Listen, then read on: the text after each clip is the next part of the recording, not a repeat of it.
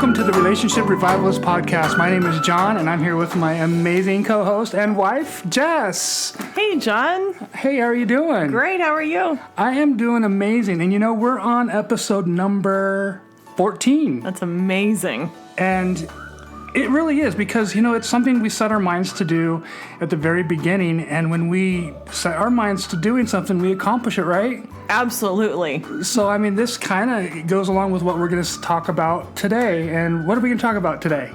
I'm so excited about this topic because it's something that really needs to be talked about and remembered and even planned for. So no matter where you are in your marriage, whether you just said I do or you've been married 70 years, this applies to you. Yes, it does. So the whole marriage thing. Oh, you asked me a question. What are we talking about? I really wanted to know what we're talking about, and so I'm gonna let you rewind a little bit here. And what are we talking about today? So, like I said, we're talking about keeping the excitement alive in your marriage. Oh, that is brilliant. It's exciting, isn't it? Yes, especially with the trends that have happened. Over the years, we've seen marriages break up over and over and over, and we've seen Hollywood as the stepchild, I guess, to say, hey, look at Hollywood, we're divorcing at an alarming rate here, and so it's okay. But we're here to tell you it's not okay. You've made a vow when you got married to go through things thick or thin, rich or poor, and how much do you value your word? Oh, that's a good one, John. Yeah, because when you make a vow, a vow is a solemn promise. It means a lot. Yeah, when you put your word out there and then you go back on your word doesn't mean as much anymore. And so it kind of gets diminished when you're saying, well, yeah, I'm divorced and I was the cause because I was the one that left, or I was the one that started the trend. Like last week we talked about when your marriage starts off akin to like when a airplane takes off, it always, for the most part, takes off in the wrong direction. You have to make adjustments. And so you don't want to be the one that says, well, I told the co-pilot or I told the pilot, no, we don't really want to go that direction. We're going to go a different directions. And then you end up splitting apart. And that's not something that we really want to condone. We don't want to see that happen anymore. We want to see people stay together and love each other. And, think about it. If you are an outside party watching another couple and you see that and you notice that they've been together for years and years and years, and then you see how special that is, what does that make you feel like when you see something like that? Oh, warm fuzzies, exactly. John. You see an older couple and they're still holding hands together, and not just to keep each other upright, but because they really love each other. It's so precious and so special. And, if you just said I do, this really applies to you too. Because there comes a point in every marriage, right, where you start to feel comfortable with each other. And if you don't watch out, it's really easy to fall into the trap of just letting your marriage be kind of part of the mundane every day. And you become more business partners than you do romantic partners. Yeah. And even, sharing that intimacy that you had before, Yeah, and I know I was talking to you today a little bit about my day and how it was just, there wasn't really anything too exciting, but it wasn't anything, down in the doldrums that you just don't want to have. And so I just said, well, it's kind of been a blasé day, And so we thought, well, we could put this to use because, you don't want to have the blasé marriage. You want to go from blasé to yay. Right, exactly. Woo! And we might have a blasé day here and there, but we don't want our marriage to be thought of as blasé. That would be really bad, an overall blasé marriage. Yeah. We really want to keep that excitement. And so let's talk about some ways that we can do that. Yeah, so when we're trying to keep our marriage, we're not into multiple We here. have one marriage. John and I have one marriage here, so we're going to keep it singular, but you apply it to yours. Yes, okay. That's what I meant. So when you're trying to put excitement into that marriage of yours, you want to do a few things, and these are really key things that you want to always pay attention to in your marriage relationship. And that is the first one and the biggest one, and you've probably heard this over and over again, and you've probably seen this on several websites, social media, and whoever guru relationship person says. And that thing that we're talking about is communication. It's so important. And yes, and I think it's been talked about so much that I kind of, not afraid, but kind of afraid that, people think, oh, communication, we've heard that already so many times. How do you really do that? What do they mean?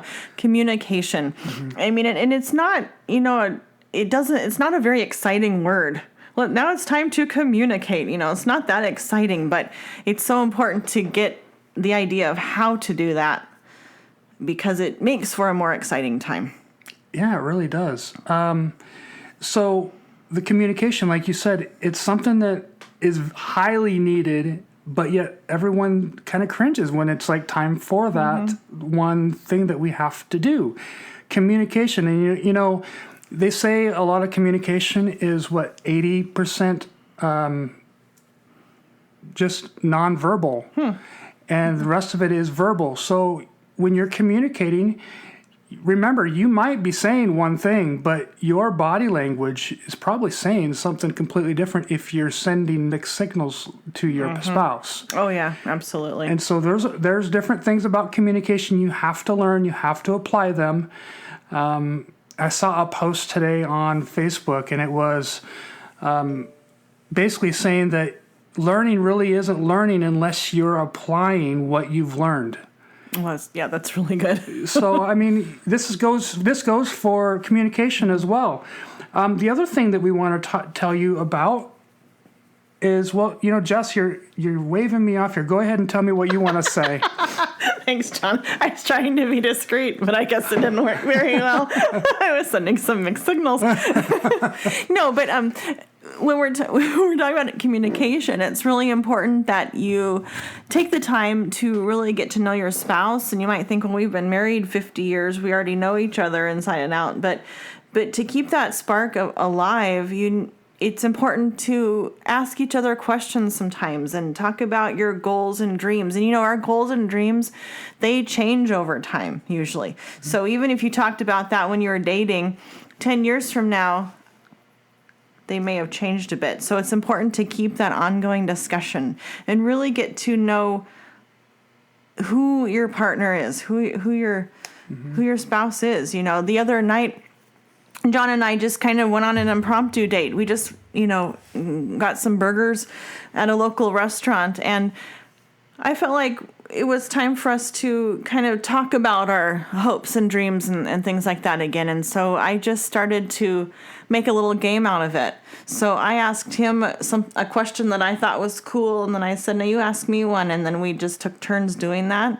And it was neat. It was fun. And, your questions don't have to be that deep or anything, but they have to be kind of open-ended, so you get some really interesting answers from your partner. Give them a chance to actually respond and think about what you are asking them. I mean, don't ask them questions that are like a yes and no, or here or there. You got an A or a B choice. Let them think about it. Yeah. So it takes like a paragraph to answer instead of just a one-word answer.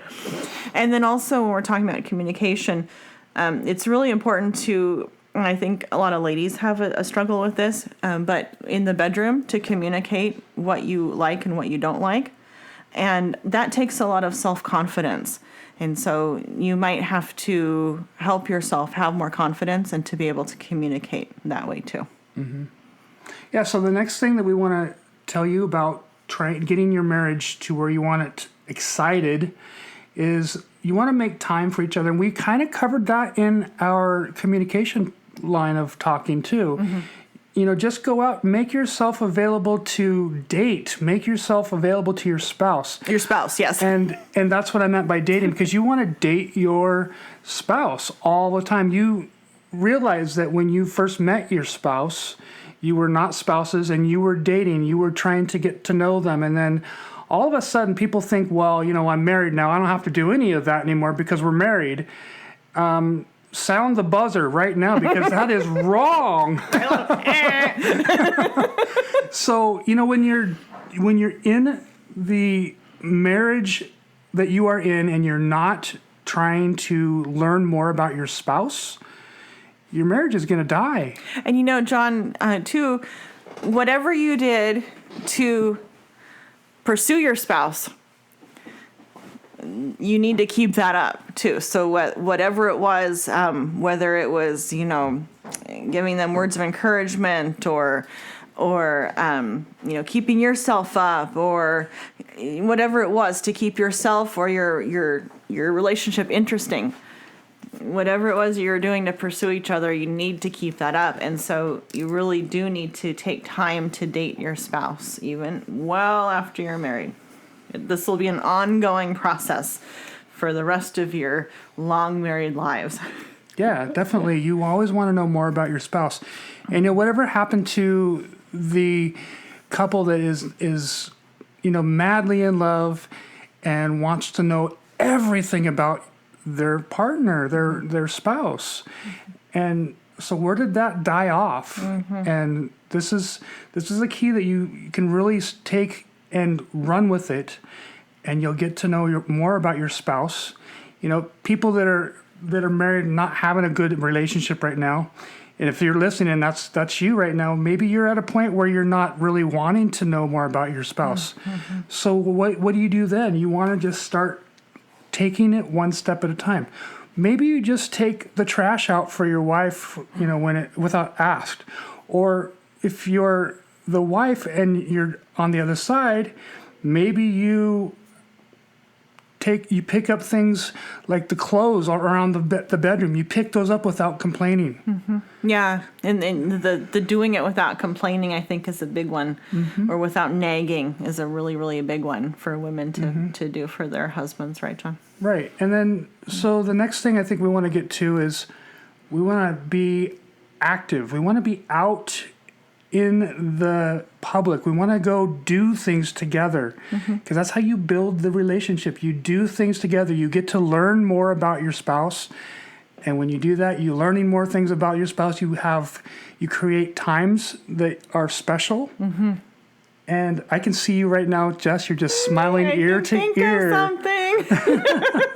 Can I give an example? Go ahead. Okay, so John, for my birthday, did something that what wasn't his first choice. Like, he wouldn't naturally choose to just go out and do this, but he wanted to fulfill a lifelong dream of mine for my birthday, and he did, and he did it royally.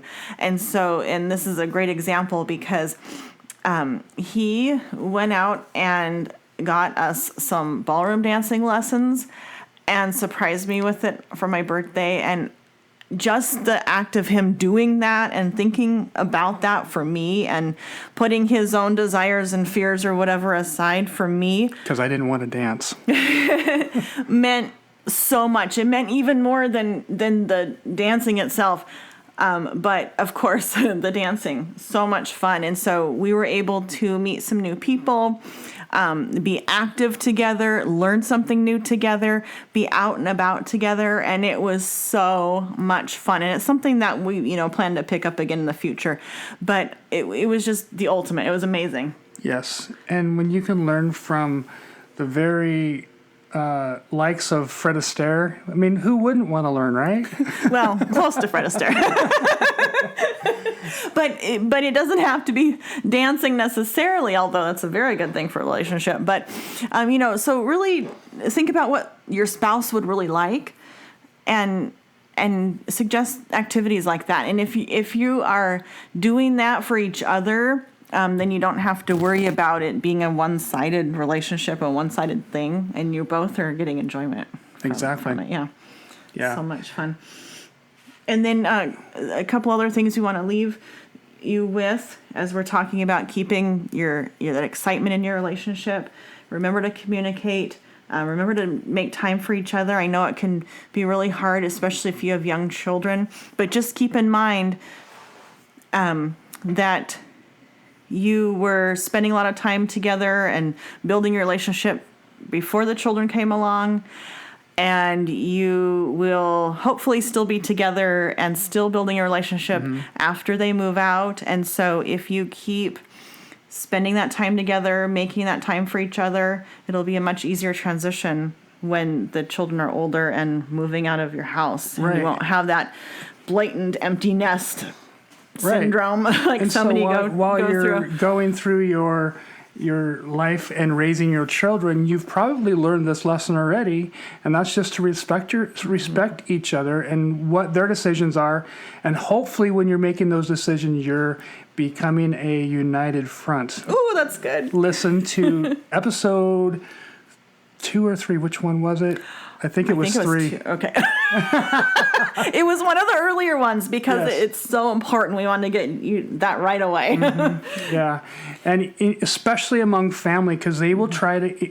Well, I'm family. I can go in and I can talk to this person, you or your spouse, the way that I feel like, because they're family, And no. that's when you start crossing the line, and you have to put your foot down, both of you.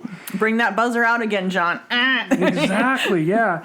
If your parents are interfering with your relationship, wow, where's the buzzer? Right? Like, hold on. Hold on, wait a minute. We left and cleaved to one another, and now we have our own household, that we have our own rules, we have our own ways of doing things.